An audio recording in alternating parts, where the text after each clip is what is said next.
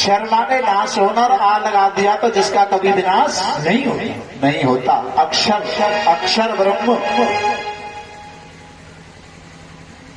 गीता के 15वें अध्याय का श्लोक है, द्वाविभो पुरुषो लोके क्षरक्षाक्षर एवं क्षरः सर्वाणि कूटानि कूटस्थो अक्षर उच्यते। मृत लोक से लेकर ब्रह्मा के लोक तक जितने प्राणी हैं वो क्षर के अंतर्गत आते हैं, और उससे अलग जो आते हैं उन्हें अक्षर कहते हैं। निराकार साकार में कोई अंतर नहीं, अंतर है सामान्य और विशेष।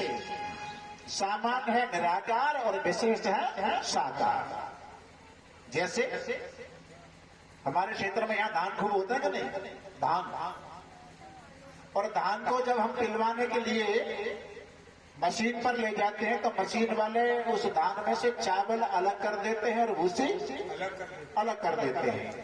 अब वहां जाकर के धान का नाम ही समाप्त हो गया, धान खत्म हो गया, चावल अलग और भूसी अलग।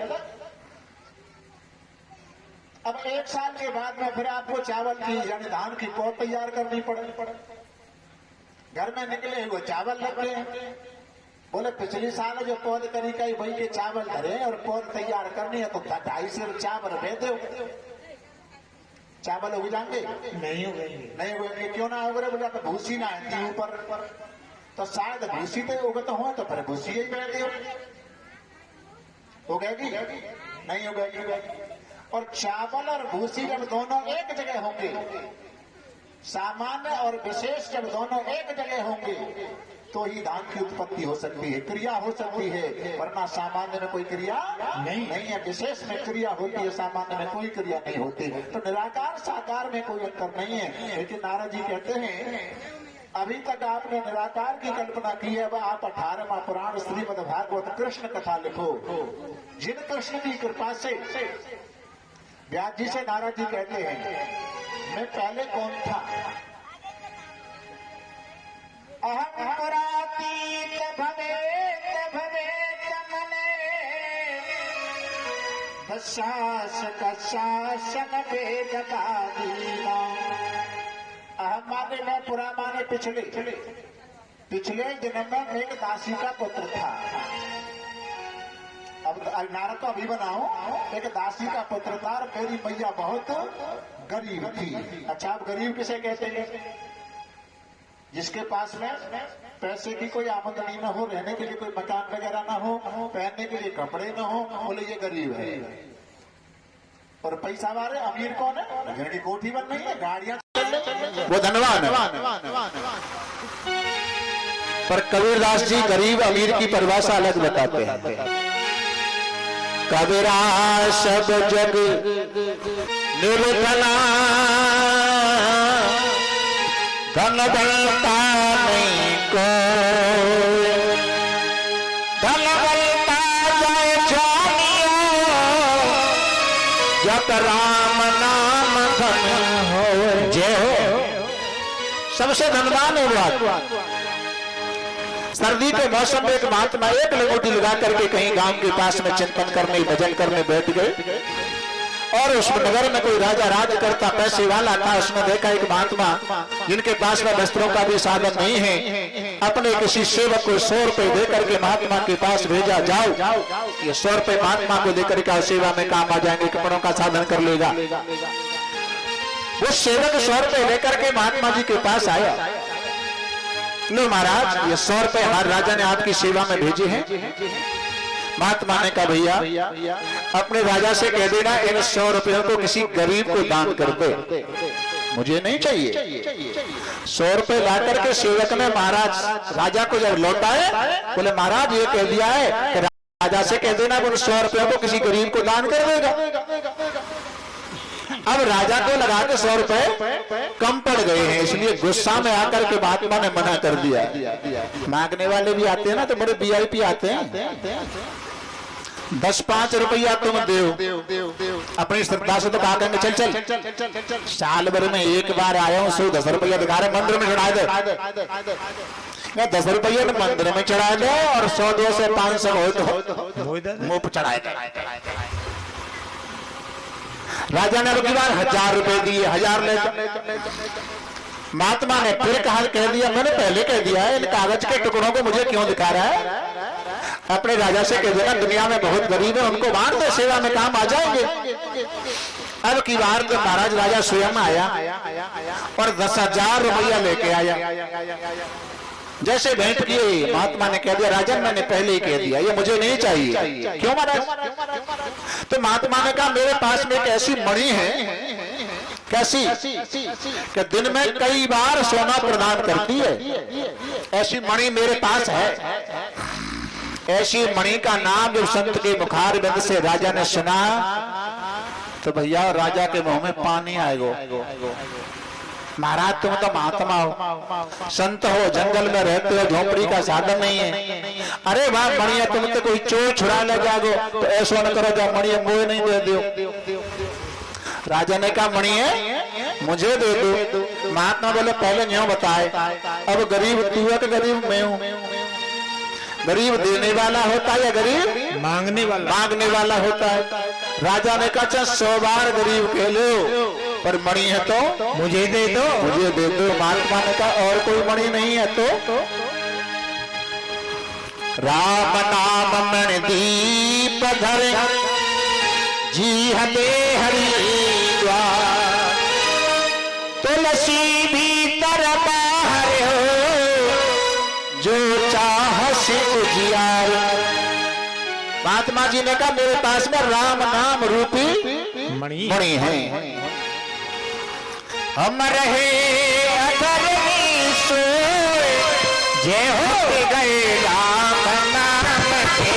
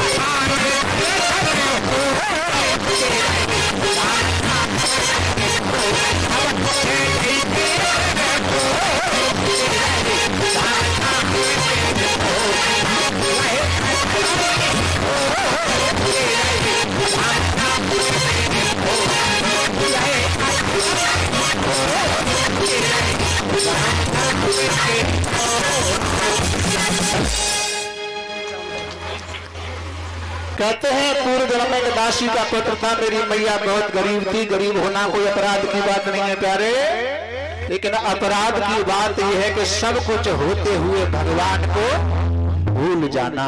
इससे बड़ी और कोई अपराध की बात नहीं हो सकती।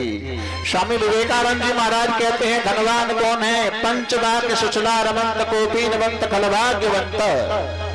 जो संत लोग एक लंगोटी धारण करके परमात्मा का नाम चिंतन जंगलों में करते हैं, उन संतों से धनवान और कोई नहीं हो सकता। संपत्ति क्या है, विपत्ति क्या है? संपदो नैव संपदः संपत् नारायण स्मृति,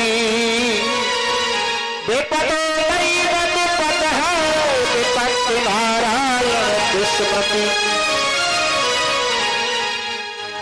हर स्थिति में परमात्मा के नाम का चिंतन जो भक्त लोग करते हैं, उनसे ज्यादा धनवान कोई नहीं होता।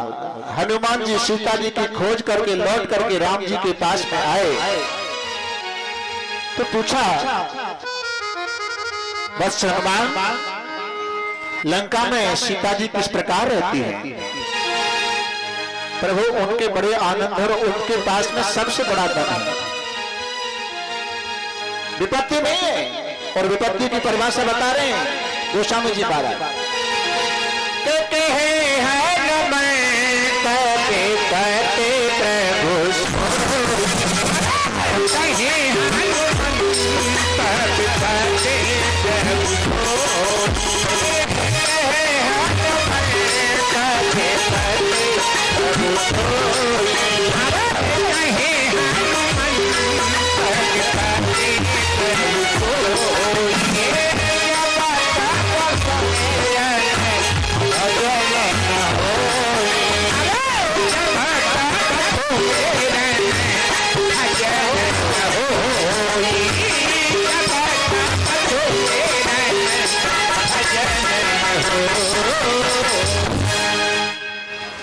इस प्रकार विपत्ति और संपत्ति का वर्णन किया गया।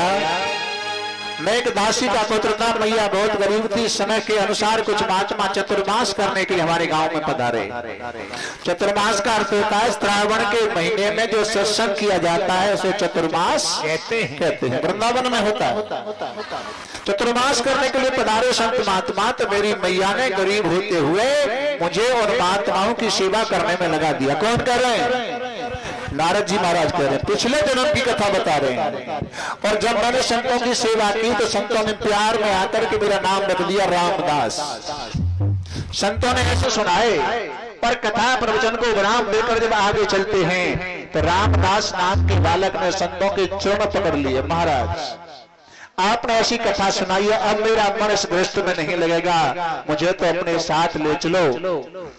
संतों ने कहा रामदास अभी आपकी मां जीवित है, जब तक मां जीवित है तब तक मां की सेवा करो। और मैं भी आपसे कहता हूं, जिनके मां बाप घर में मौजूद हैं उनको कहीं मंदिर भटकने की आवश्यकता नहीं है। जो माँ बाप की सेवा करते हैं उनके घर में चार पदार्थ मौजूद होते हैं, करतल चार पदार्थ ताके और प्रिय पित मात प्राण सम जागे।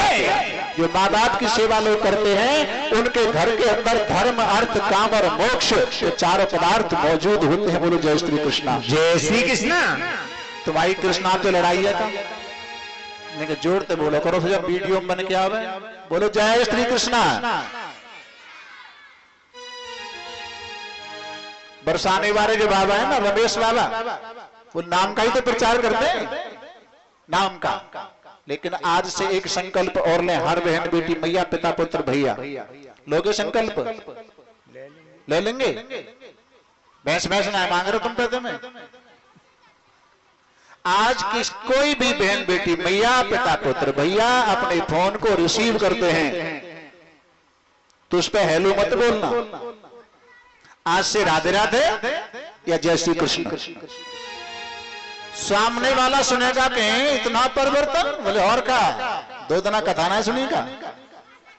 कथा में व्यास जी ने बताया है कि जय श्री कृष्ण बोलो या राधे राधे बोलो, तो दूसरे दिन फिर वो सामने वाला भी जय श्री कृष्ण राधे राधे बोलना शुरू कर देगा। तो कथा का भी प्रचार हो जाएगा और नाम का भी प्रचार हो जाएगा। कृष्ण जय श्री कृष्ण बोलो फोन पर, राधे राधे बोलो फोन पर।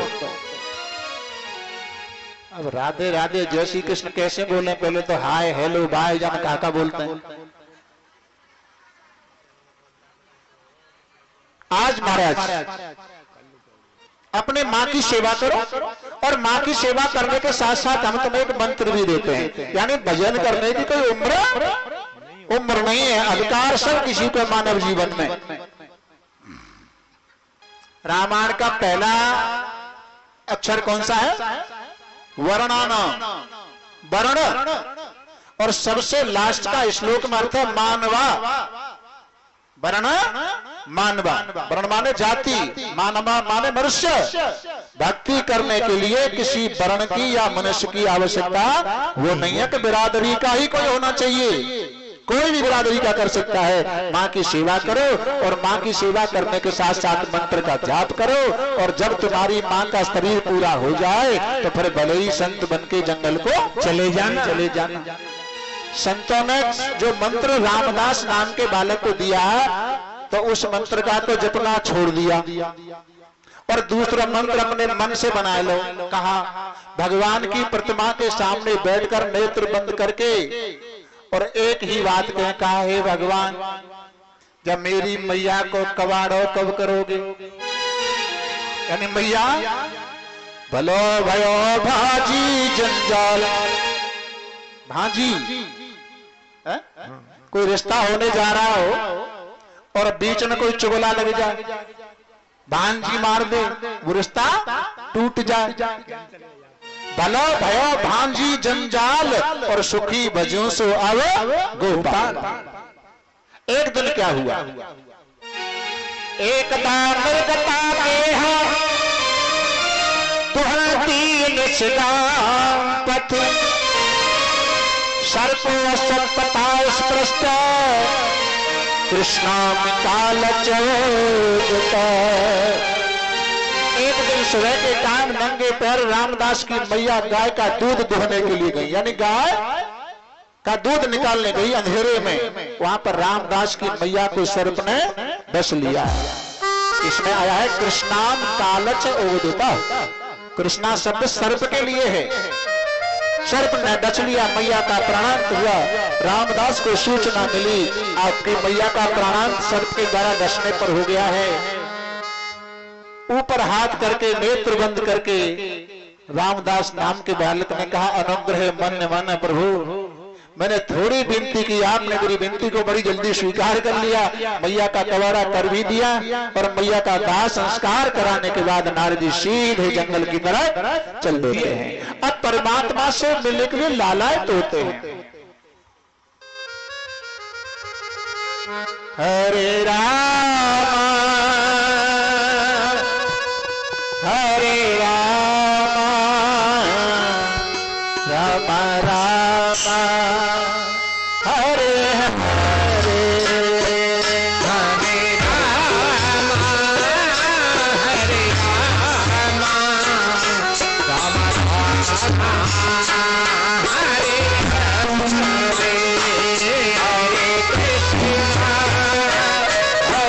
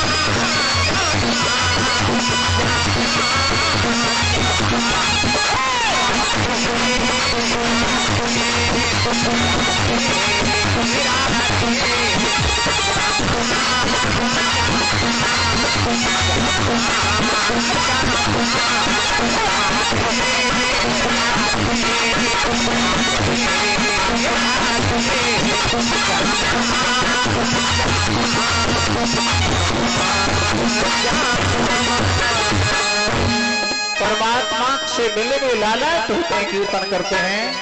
एक बार आकाशवाणी हुई नारद, अल्पकालीन संत सेवा से आज की चित्तवृत्ति मुझ में हो गई है, तो मैं आपको एक क्षण के लिए दर्शन दूंगा, लेकिन आगे चल करके मेरा तुम्हारा शरीर से मिलन नहीं होगा। एक क्षण के लिए ठाकुर जी ने नारद रामदास नाम के बालक को दर्शन दिया, और इतने कृपा की कि वो रामदास नाम का बालक आज के समय में यहाँ पर देव ऋषि नारद बन के आए।